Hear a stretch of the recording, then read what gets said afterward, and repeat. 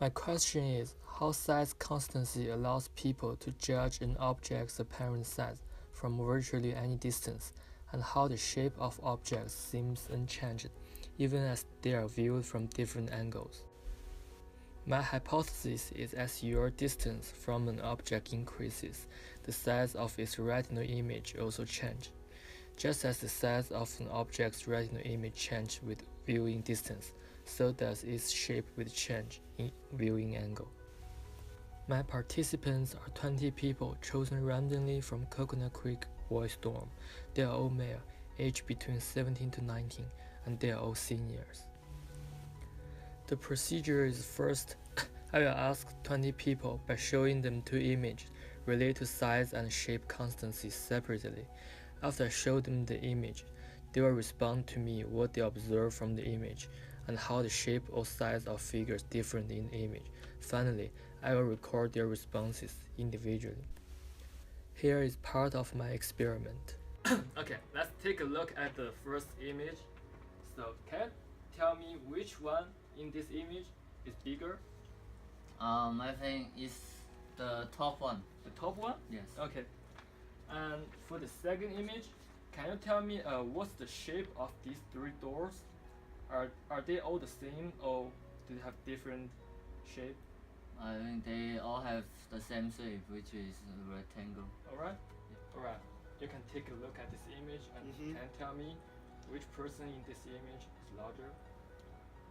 You can just I think it's observe. the top one. Top one? This one. Okay, let's take a look at the second image.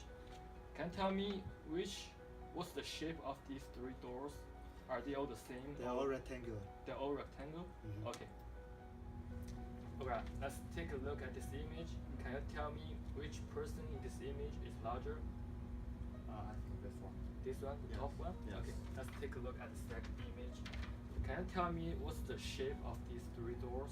Are they all the same or do they have I think different they're all size? rectangular. They are all rectangle? Yeah. Okay, thank you. Alright, can you take a look at this image and please tell me which person in this image is larger? Okay, sure. It's quite hard. Yes, it's hard. I think they're the same. You think they are the same size? Yeah. Alright, let's take a look at the second image. Can you tell me what's the shape of these three doors? Are they all the same or do they have different size? Let me have a look.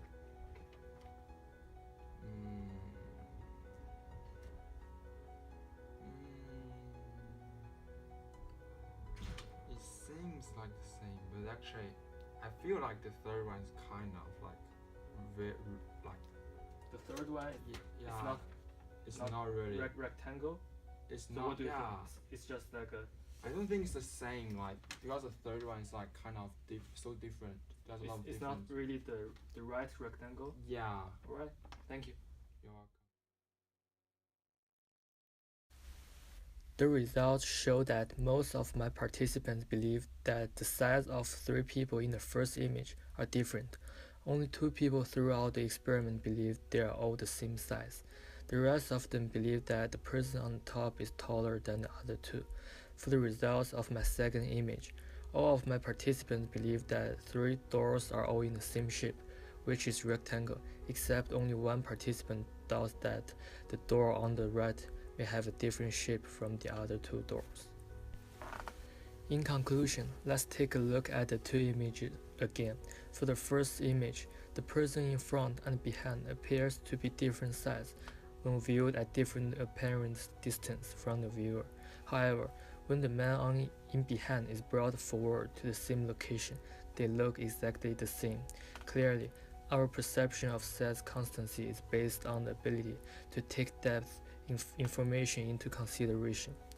For the second image, although the image of the second and the third door is trapezoidal, people still perceive it as rectangular. Such shape constancy is based on the perceptual system's ability to take viewing angle into account when determining an object's true shape. Here are my two articles. The first article is called The Size Constancy Theory of Visual Illusions. It's an article criticized the view that visual illusions conceived as flat projections of typical views of objects lying in three-dimensional space, result from inappropriate constancy scaling. The second article is fundamental failures of shape constancy resulting from cortical anisotropy.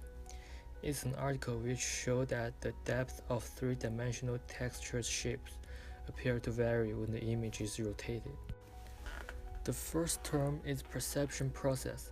It's a sequence of steps that involves sequentially selection of stimuli in the environment, organization of that information, and interpretation of those stimuli. The second term is perceptual constancy. It's the tendency to see familiar objects as having standard shape, size, color, or location regardless of change in the angle of perspective, distance, or lighting, stability in perception despite gross instability in stimulation.